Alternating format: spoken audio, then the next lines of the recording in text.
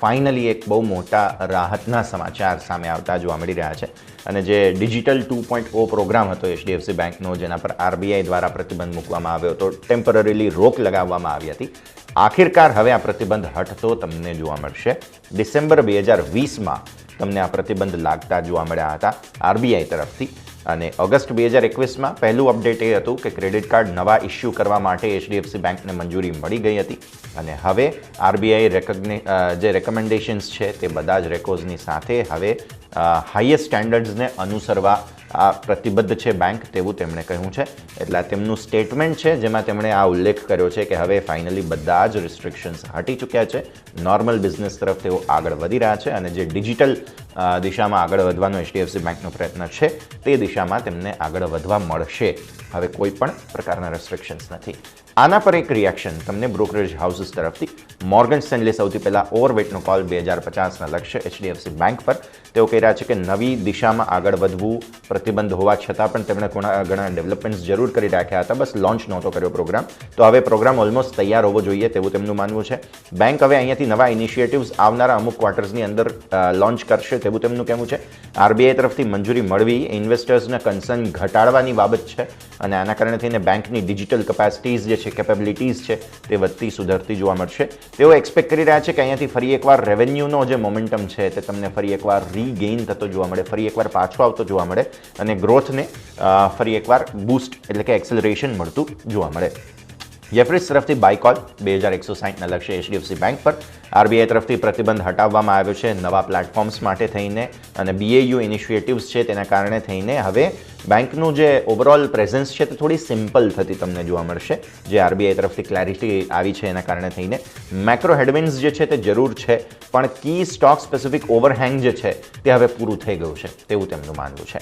Nomura તરફથી HDFC bank માટે 1955ના લક્ષ્ય સાથે બાય કોલ છે. તેમનું કહેવું છે ફોકસ હવે અહીંયાથી એનઆઈઆઈઝ અને લોન ગ્રોથ પર શિફ્ટ થતો જોવા મળશે. અત્યાર સુધી આ એક કન્સર્ન હતું એટલે આ સ્ટોકમાં એક કેપ લાગી ગયો હતો.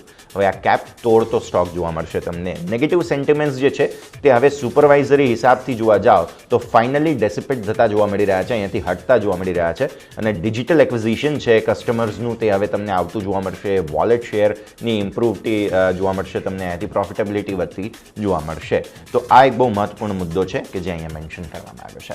એચડીએફસી બેંક આજના દિવસે પોઝિટિવ ખબર.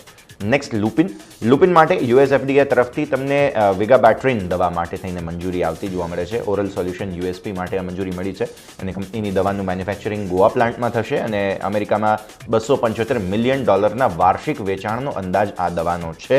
તેના માટે થઈને તમને આ જે છે તે ખાસ મંજૂરી મળતી જોવા મળી રહી છે. તો આ એક નવા ડ્રગ માટે મંજૂરી મળી છે. ઓરલ સોલ્યુશન છે યુએસપીનું, તેના ઉપર તમને એક મંજૂરી મળતી જોવા મળી રહી છે. Next Jubilant Foodworks. પ્રતિક પોતાએ સીઈઓ હોલ ટાઈમ ડાયરેક્ટરના પદેથી રાજીનામું આપ્યું છે. અહીંયા 15 જૂન 2022 સુધી તેઓ હજુ પણ રહેશે પદ પર. 2017માં તેઓ સીઈઓ તરીકે નિમણૂક થયા હતા અને નવા બિઝનેસ માટે તેઓ આગળની તકો એક્સપ્લોર કરવા માટે અહીંયાથી પ્રતિક પોતા જે છે તે જઈ રહ્યા છે. સ્ટોક જે છે તે ઓલમોસ્ટ 45 ગણાથી 60 ગણો થયો હતો તેમની લીડરશિપમાં, એટલે સરસ તેમણે પોતે પરફોર્મન્સ પણ બતાવ્યું છે જ્યુબિલન્ટ ફૂડવર્ક્સ માટે. હવે તેઓ અહીંયાથી આગળ પોતાની જર્ની વધારવા જઈ રહ્યા છે. તો આ સ્ટોક માટે એક મહત્વપૂર્ણ અપડેટ છે. આજે અહીંયા એક રિએક્શન આવતું જોવા મળશે. બ્રોકરેજ રિપોર્ટ પણ છે આના પર. સૌથી પહેલાં ક્રેડિટ સ્વિસ તરફથી ન્યુટ્રલ થઈ ગયા છે તેઓ. લક્ષ્ય 3500થી ઘટાડીને 2900, 2900. તેમણે કહ્યું સીઈઓનું રિઝિગ્નેશન એક સેટબેક ગણાવવું જોઈએ કંપની માટે થઈને અને લીડરશિપ ચેન્જ જે છે આવા ચેલેન્જિંગ મેક્રો એન્વાયરમેન્ટના સમયમાં તે એક ઓવરહેંગ બની રહેશે અને તેઓએ ટાર્ગેટ મલ્ટિપલ્સ જે છે તે 55 ગણા કરી દીધા છે અહીંયાથી. પહેલું વાત.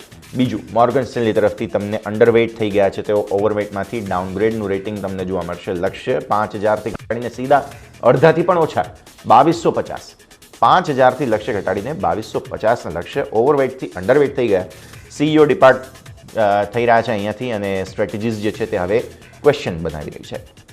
તેમણે નાણાકીય 2023-24ના EPS એસ્ટિમેટ્સ 15% અને 24% ઘટાડ્યા છે અને જે કંપની છે તે હજુ પણ સારી પોઝિશનમાં જરૂર છે, પણ લોંગ ટર્મ ગ્રોથ સ્ટોરી જે છે તે હિસાબથી જોવા જઈએ તો થોડું સ્લો થતું જોવા મળશે અથવા તો સડન લીડરશિપ ચેન્જ થવો તે પણ નિયર ટર્મ માટે આઉટલુક થોડો થ્રેટન કરી રહ્યા છે. એટલે આઉટલુકને પણ થોડી અસર પહોંચી રહી છે. આ કારણે થઈને તેઓ અહીંયાથી ડાઉનગ્રેડ આપી રહ્યા છે અને લક્ષ્ય સીધા અડધા કરી દીધા છે. નેક્સ્ટ જેપી મોર્ગન તરફથી તમને અહીંયા જ્યુબિલન્ટ ફૂડ પર એક રિપોર્ટ જોવા મળી રહ્યો છે. તેઓ કહી રહ્યા છે કે ડાઉનગ્રેડનું રેટિંગ આપ્યું છે. પહેલાં ઓવરવેઇટ હતા, ન્યુટ્રલ થઈ ગયા છે. લક્ષ્ય 4025થી ઓલમોસ્ટ 1025 રૂપિયા ઘટાડીને 3000 કરી દીધા છે. ડિમાન્ડ અને માર્જિનના રિસ્ક છે અહીંયાથી, એટલા માટે તેમણે ડાઉનગ્રેડ આપ્યું છે. તેઓ અનએક્સપેક્ટેડ સીઈઓના રેઝિગ્નેશનને અનસર્ટિનિટી જોઈ રહ્યા છે અહીંયાથી સ્ટોક માટે. નાણાકીય વર્ષ 23-24ના EPS એસ્ટિમેટ 11% અને 8% તેમણે ઘટાડ્યા છે, લાર્જલી જે માર્જિન કટ્સ થયા છે એના કારણે. અને હજુ પણ mid to long term story માટે તેઓને ભરોસો છે કંપની પર, પણ આ અત્યારે એક બહુ મોટું રિએક્શન આપશે સ્ટોક, એના કારણે થઈને થોડા તેઓ અહીંયા પરિવર્તન આપી રહ્યા છે. નેક્સ્ટ મેક્વાયરી જ્યુબિલન્ટ ફૂડ પર તેઓ અંડરપરફોર્મ આવી ગયા છે, ડાઉનગ્રેડ કર્યું છે અને લક્ષ્ય 3550થી ઘટાડીને 2150ના તમને જોવા મળશે, ઓલમોસ્ટ 1500 રૂપિયાનો ઘટાડો.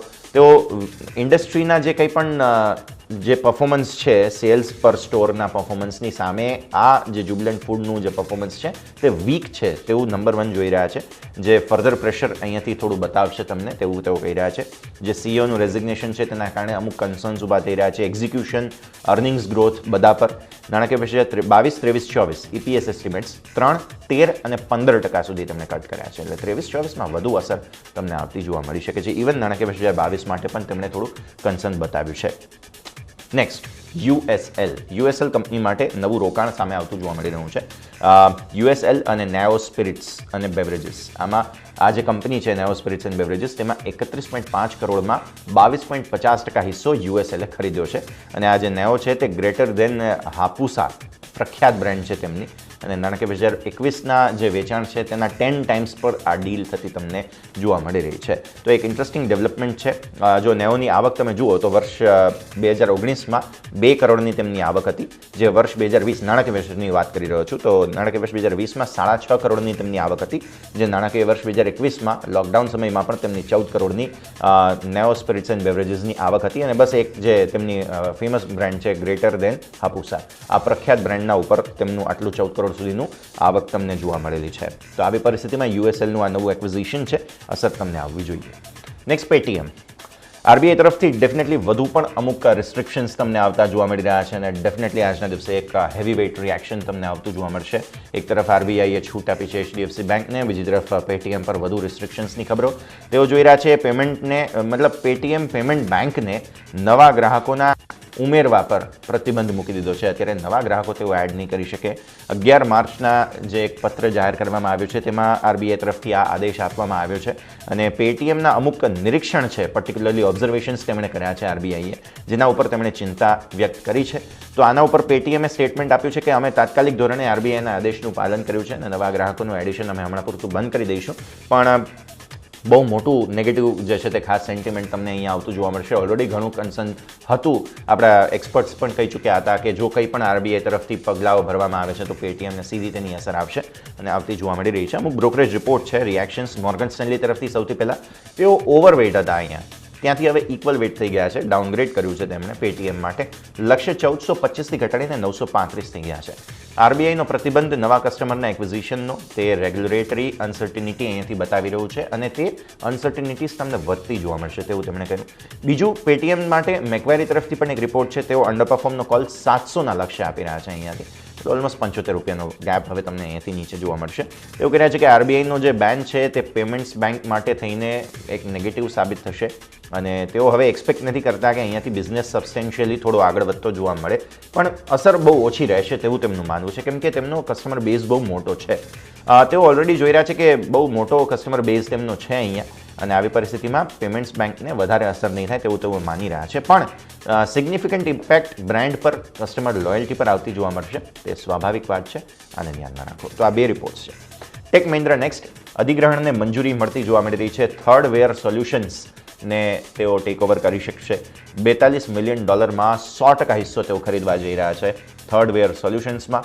તો આ એક બહુ મહત્વપૂર્ણ ડેવલપમેન્ટ છે. $42 મિલિયન તેમણે એક્વિઝિશન કર્યું છે. ટેક મહિન્દ્રા પર તમારી નજર હોવી જોઈએ. અને અંતિમ આજના દિવસનું કાઉન્ટર રહેશે તે છે વેલ્સપન ઇન્ડિયા. જે WAMIL Welspun advance materials India લિમિટેડની ઉત્પાદન જે છે આ સબસિડિયરી છે વેલ્સપન ઇન્ડિયાની, તેમાં હવે તેમણે ઉત્પાદન શરૂ કર્યું છે. એડવાન્સ મટીરિયલ ઇન્ડિયા લિમિટેડ નામ આપ્યું છે. અને આ જે છે કંપનીનો પ્લાન્ટ, તેલંગાણાના પ્લાન્ટની ઉત્પાદન ક્ષમતા છે 17,729 MTPA. આ કેપેસિટી છે તેમની. અને આ નવા પ્લાન્ટથી લગભગ તેઓ અંદાજ લગાવે છે કે 370 કરોડ રૂપિયાની આવક તેઓ જનરેટ કરી શકશે.